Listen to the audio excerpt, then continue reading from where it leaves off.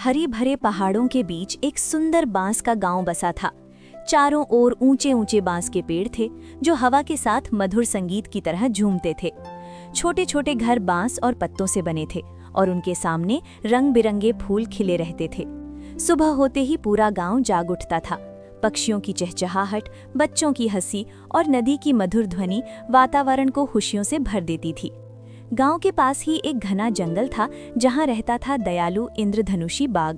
उसके शरीर पर चमकती रंग बिरंगी धारियां थीं जो सूरज की रोशनी में और भी सुंदर लगती थीं। वो जंगल का रक्षक था और सभी जानवर उससे प्यार करते थे। एक दिन दोपहर का समय था। सूरज तेज चमक रहा था और हल्की गर्म हवा चल रही थी। गांव के लोग अपने काम में व्यस्त थे। कुछ लोग खेतों में थे, कुछ घरों में खाना बना रहे थे। तभी अचानक एक घर की छत से धुआं उठने लगा।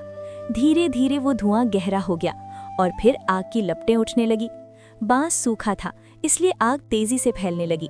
लोग घबरा गए, बच्चे रोने लगे, महिलाएं इधर उधर भागने लगी। सबको समझ नहीं आ रहा था कि क्या करें। आग एक घर से दूसरे घर तक फैलती जा रही थी। पूरा गांव खतरे में था। जंगल के जानवरों ने भी धुआं देखा। वे डरकर इधर उधर भागने लगे। तभी पहाड़ी पर खड़ा इंद्रधनुषी बाघ सब कुछ देख रहा था। उसकी आंखों में चिंता थी, लेकिन उसके दिल में साहस था। वो तुरंत गांव की ओर दौड़ा। उसकी तेज चाल से जमीन कांपने लगी। गांव पहुंचकर उसने जोर से दहाड़ लगाई। उसकी दहाड़ सुनकर जानवर समझ गए कि उन्हें मिलकर कुछ करना होगा। बंदर पेड़ों से कूदते हुए नदी की ओर भागे। वे अपने हाथों में पानी भरकर लाने लगे। हिरन और हाथी नदी से पानी लाकर आग पर डालने लगे। पक्षी अपने पंखों से हवा करने लगे ताकि धुआं हट सके। इंद्रधनुषी बाघ खुद आग के सबसे पास गया। उसने अपनी ताकत से जलती हुई लकड़ियों को हटाना शुरू किया ताकि आग आगे न बढ़े। धीरे धीरे सब जानवर मिलकर आग बुझाने लगे। लोग भी अब हिम्मत जुटाकर जानवरों के साथ जुड़ गए। सब मिलकर पानी डालते रहे। काफी देर की मेहनत के बाद आग धीरे धीरे कम होने लगी। आखिरकार आग बुझ गई। पूरा गांव बच गया। लोगों ने राहत की सांस ली। उनकी आंखों में खुशी और कृतज्ञता के आंसू थे। बच्चे दौड़कर इंद्रधनुषी बाघ के पास गए। सब ने उसे धन्यवाद दिया।